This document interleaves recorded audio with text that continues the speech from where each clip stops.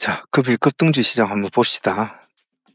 전체적인 분포도를 보면 오늘은 전체적으로 아무래도 2차 전지 쪽에 시장을 좀 장악을 했다고 표현을 하는데, 사실은 벤처 재료 때문에 그렇게 됐다고 하지만은 그렇게 썩 와닿지는 않았거든요. 와닿지는 않았어. 하지만 전체적으로 시장에 활기를 주는 것은 맞았다고 봐요. 과연 이제 그것이 지속성이 있느냐가 문제인데, 그런 점에서는 아직까지는 큰 점수를 주고 싶지는 않습니다. 아니면 어찌될지도 모르겠으면 오늘 상한가 종목이 그래도 나름 대거 올라갔잖아요. 그래서 그런 점에서는 한번 지켜는 봐야 될 것 같은데, 생각만큼은 그렇게 강한 모습은 아니다라고는 평가는 들어요. 오늘 2차 전지주는 리튬 교수가 이제 여기에 가장 대표적으로 먼저 상한가를 끊어는 줬어요. 먼저 상한가를 끊어는 줬는데, 이제는 그렇게 썩 강한 모습은 아니었단 말이에요. 잔량도 많이 흔들리고, 그 뒤에 따라서 리튬 보수가 붙고 EV 첨단이 따라와서 이제 붙었단 말이에요. 근데 시간차가 많이 나요.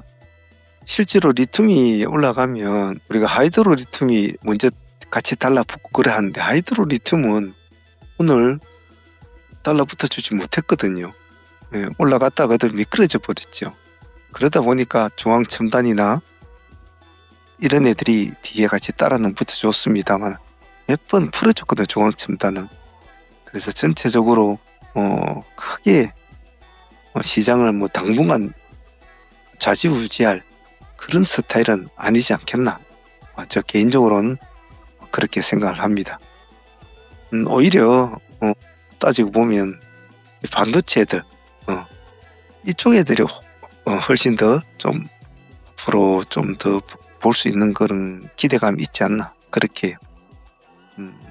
오늘 화이트스키드 같은 것도 삼성이 재료를 않고 올라갔기 때문에 상당히 의미는 있죠. 조선기사제는 아직 좀 그렇고, 아직은 통신주나 보안주나 아직까지, 요즘 통신주가 많이 죽고는 있지만 아직은 모르죠. 보안주는 아직 숨을 쉬고 있죠. 오늘 건설 관련주가 좀 문제 있지 않습니까? 건설 관련주가 대우건설부터 해서 GS 이렇게 막 움직이고 줬는데, 이게 어찌 될지 사실은 알 수가 없기 때문에 참 판단하기 힘들어요.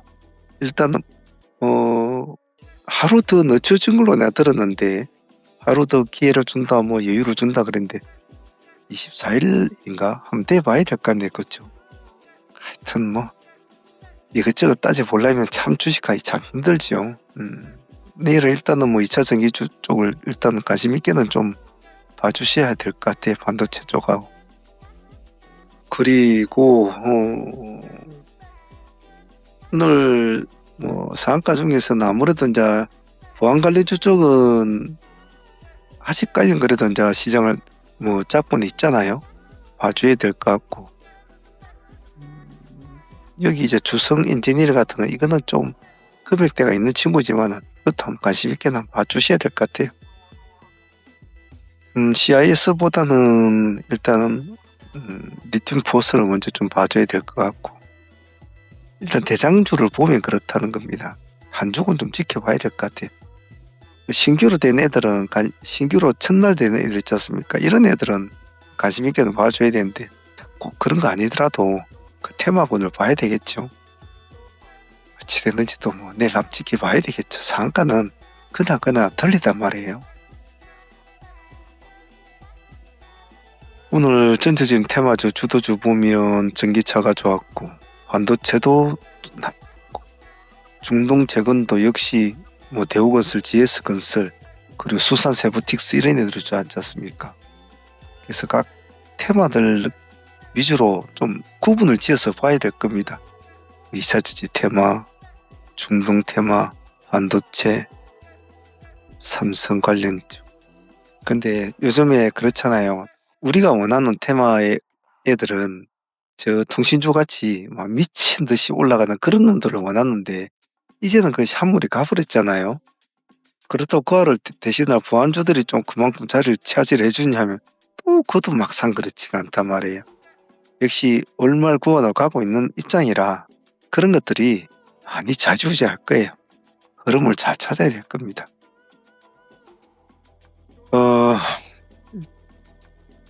어차피 내일 하이닉스 발표 때문에 뭐 어떤 식으로 시장이 반응을 나타내 줄지는 모르겠습니다만은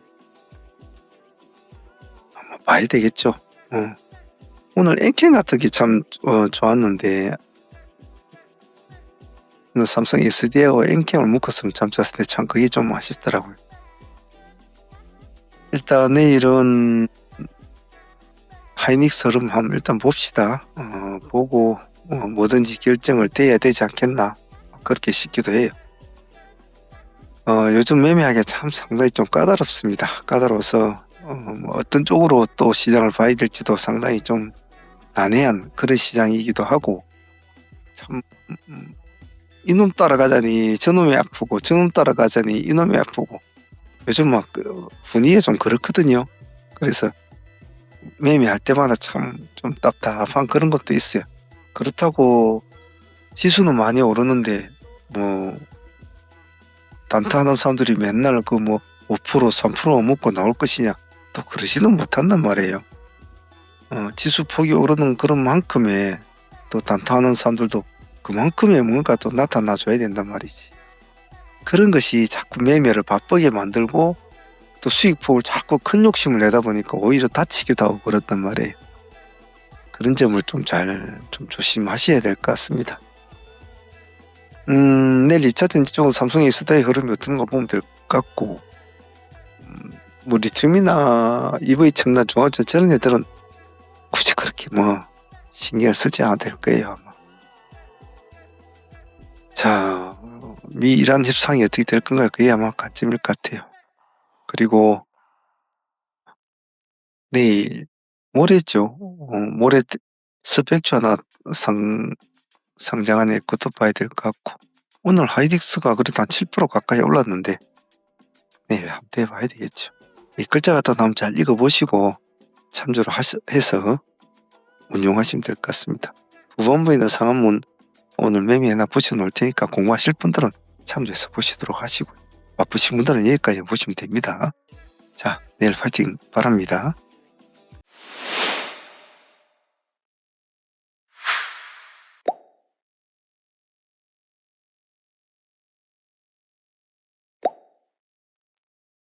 자, 복귀합시다. 오늘 다들 매매 마무리 잘 하셨습니까?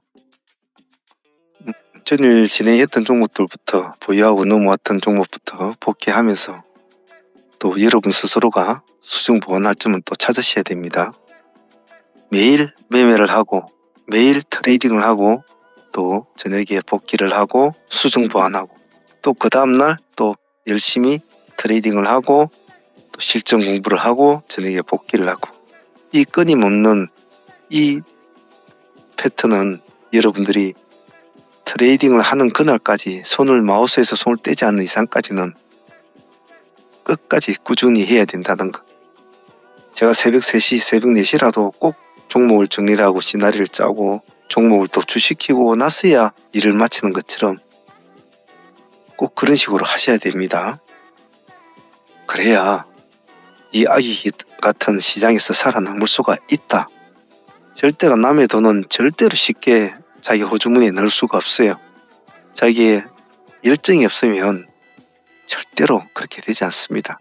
절대로 그런 수익을 정말 가벼운 돈으로 생각하시면 안 됩니다. 절대 잊지 마시고요. 자, 복귀해 봅시다. 전일 가져온 종목부터 봅시다. 먼저 진원생명과학. 이 종목은 전일에 우리가 수익을 안고 가져온 종목이었지 않습니까? 중간 허리춤이 공략을 했잖아요. 공략을 해서 상가로 붙여가지고 가져온 종목이겠죠.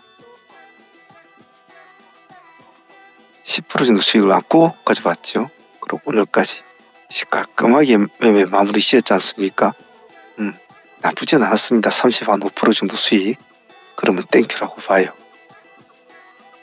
그리고 또 가져온 종목이 삼천리 자전거였죠. 이 종목은 뭐 오늘 상가를 안착을 못해준 게 제 개인적으로 좀 아쉬웠어요.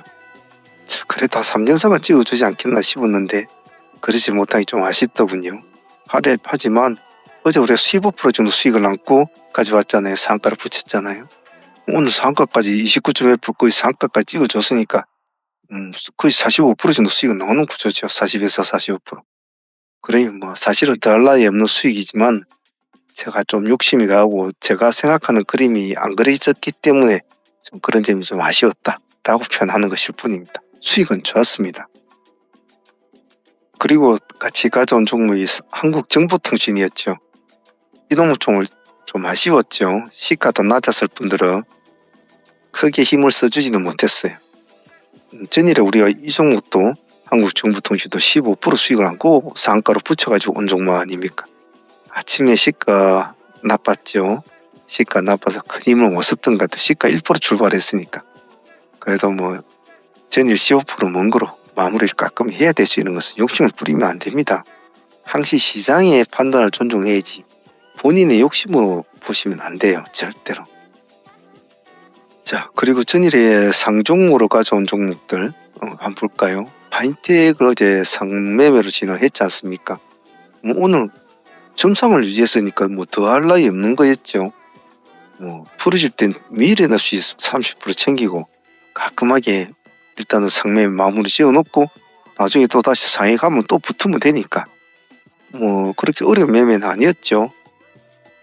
뭐 점상까지 유지할 줄은 몰랐는데 참 고마운 친구였어요. 그래서 다시 상매매로 진행을 하고 있으니까 내일 또 한번 보도록 합시다. 아마 지금 거래 정지가 될 것 같은데 다음에 한번 봐야 될 것 같아요. 이 종목 일단은.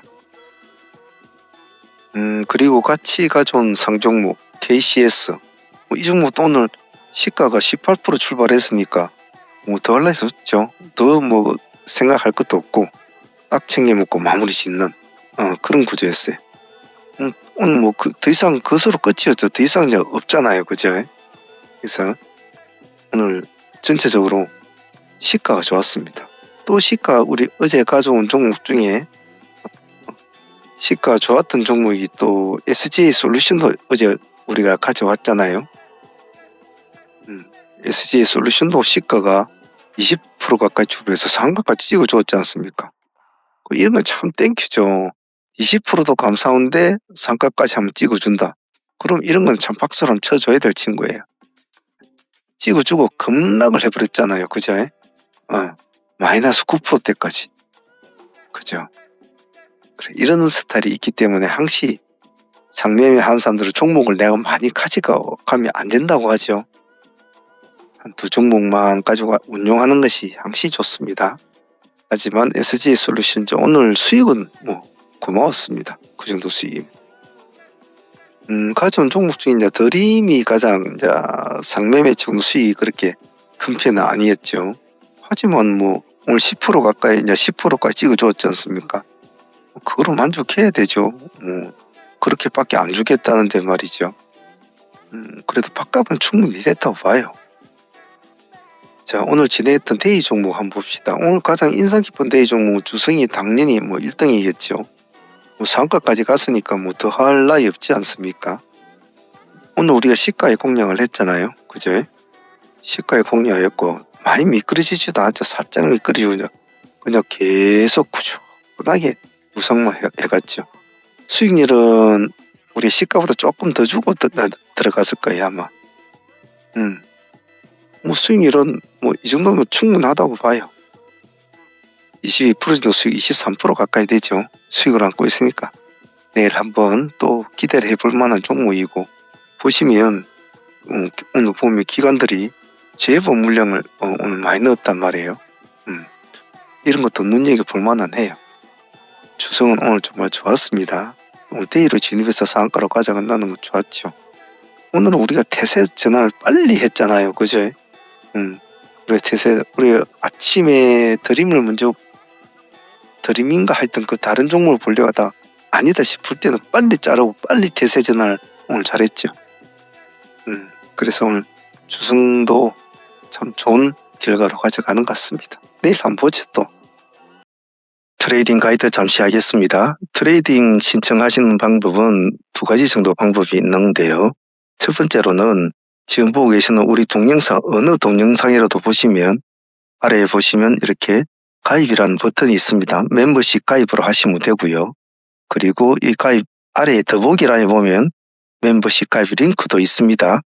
그래서 그쪽으로 클릭을 하시면 이런 멤버십 가이드 창이 나타나면서 멤버십 창이 뜹니다. 여기에서 상암문 라이브 트레이딩을 가입하시면 매일 아침 저와 함께 같이 트레이딩에 참여하실 수가 있고, 여기 아래 더보기란에 보시면 여기 더보기란에 보시면 저희 홈페이지와 그리고 카페도 있습니다. 거기에 오셔서 트레이딩 신청을 하셔도 상관은 없습니다. 제일 빠른 것은 전화를 주시는 것이 제일 빠르겠죠.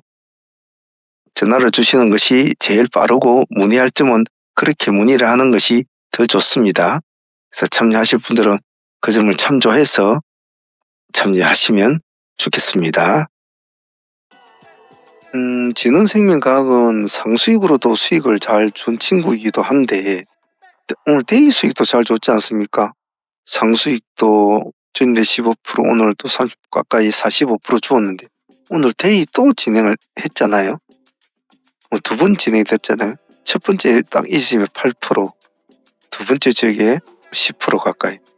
이 두 종목만 해도 20% 가까이는 수익은 나왔으니까 데이도 오늘 나쁘지 않았어요, 진흥생명. 그리고 이 한 종목에 따지고 보면 거의 60% 넘게 나온 셈이죠. 지도는 마음에 드는 친구 같아요. 오늘 삼천리 자전거도 이제 마찬가지 했잖아요. 좀 아쉬웠단 말이에요. 오늘 2연상을 가기를 기대를 했는데 못 가고 쪼그라져 버렸단 말이에요. 여기서 상가가 타치를 했단 말이에요. 안착을 못했죠. 미끄러지는 것을 우리가 6,400원 기준가로 괜찮죠. 6,420원인가 나왔죠. 다시 진행을 했는데 역시 못 가더라고요. 이게 좀 아쉬웠어요. 수익률은 한 10%? 11%인가 10%밖에 주지를 못했죠. 하지만 상수익도 좋았고, 근데 이 종목은 상으로 진행된 종목이 아니라 데이로 진행했기 때문에 전부 다 데이 수익이었죠. 데이로 들어가서 15% 수익 안고 상가 보유, 오늘 45% 챙기고 다시 또 데이로. 이 한 종목이 55% 정도 나왔으니까 그만하면 땡큐라고 생각합니다. 삼천리하고 상가라 가야 되는데. 오늘 대우건설은 우리는 아침에 바쁜 걸 하다 보니까 약간 기세주 스타일로 가는 종들은 아침 잘 안 하잖아요. 이놈을 좀 꾸죽꾸죽 이렇게 올라갔잖아요. 그죠? 올라간 거 기다렸다가 그냥은 보내지 않지 않습니까? 그래서 31,000 기준으로 착하게 31,000 딱 찍어줬죠. 수익률은 10% 정도 됩니다만은 그래도 사람 마음이 안 그렇잖아요. 그죠? 이런 애들, 이런 기세를 쭉 끌어올린 애들은 그냥 눈으로 뻔히 보고 있으면 수익률을 떠나서 기분이 안 좋단 말이에요. 그런 관점에서는 대우건설 수익은 나쁘지 않았어요. 왜 이런 걸 큰 수익을 떠나서 해야 되냐면 향후를 또 볼 수가 있거든요. 그래서 참여를 안 하면 괜히 기분이 좀 안 좋다고요. 그래서 눌림이라도 잡아서 다시 수익을 챙기는 쪽이 좋아요. 예를 들면 오늘 삼성 SDA 같은 경우에도 아침에 우리가 안 했단 말이에요. 대체거래소에서 한 땡 하더니 한 5% 뛰어가지고 출발이 됐단 말이에요. 그래서 그렇게 크게까지도 않고 10시 반 이 정도 될 때까지만 해도 기껏 11, 2% 여기 한 5% 정도 올라가 있는 상태로 놀았단 말이에요. 그런데 그 뒤에부터 갑자기 이제 힘을 내더니 이렇게 쭉 올라가 버렸죠. 항상 그런 경우가 있기 때문에 참여를 안 하면 좀 아쉽단 말이에요. 그렇기 때문에 될 수 있는 기세주 같은 거는 참여를 하는 것이 좋죠. 대우건설은 10% 수익이라도 감사하다게 생각합니다.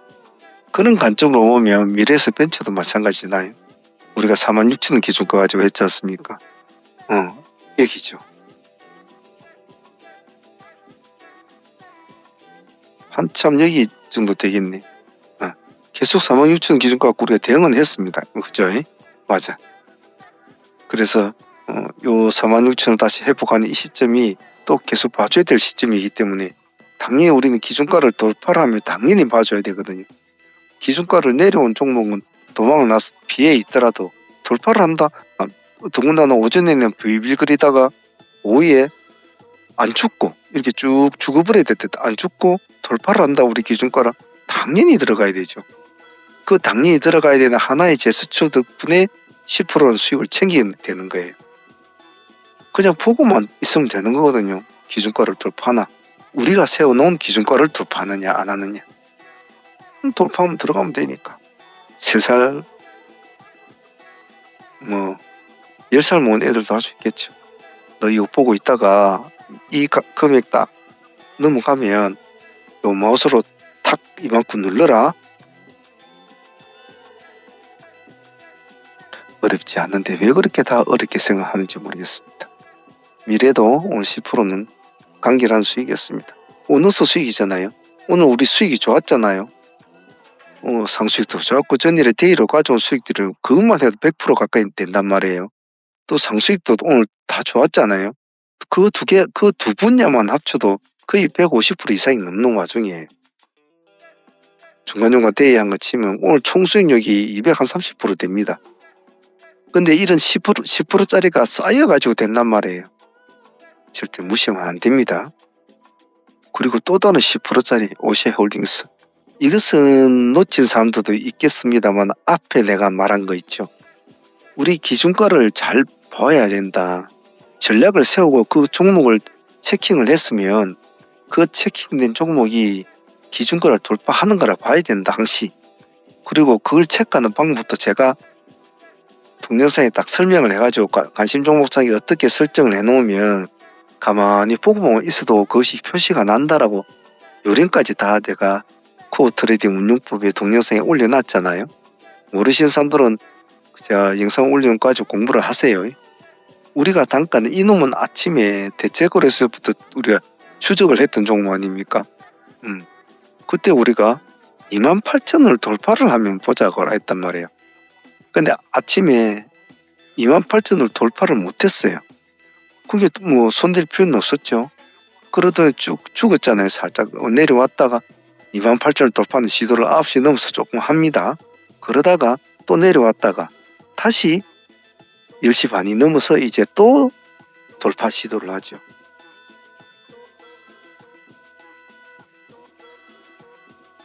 그때부터는 이제 또 무한지주로 가는 거죠. 수익률은 11, 12% 나왔습니다만 이런 것은 그냥 우리가 보고 있고 우리가 기준점을 잡고 대응만 해주면 되는 거거든요.